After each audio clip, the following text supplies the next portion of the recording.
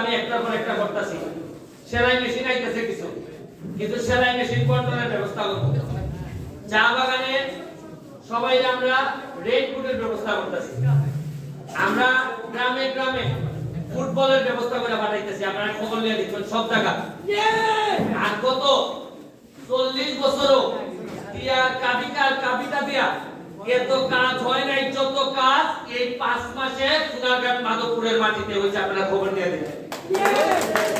এখানে আজকে উপস্থিত আছে আমাদের ছাত্রলীগের নেতৃবৃন্দ, নতুন কমিটির এই সভাপতি, সাধারণ সম্পাদক, সাবেক আহ্বায়ক সোহেল আলমান, আমাদের সোহাগ, পৌর আওয়ামী লীগের সাংগঠনিক সম্পাদক, এই আমাদের এই যারা আছে এখানে, কাজল, আমাদের সোহাগ ভাই 10 নম্বর ইউনিয়ন, এবং আশিক সেলবেটা আমাদের এই সাবেক কলেজের সভাপতিরা, বর্তমান কমিটির কি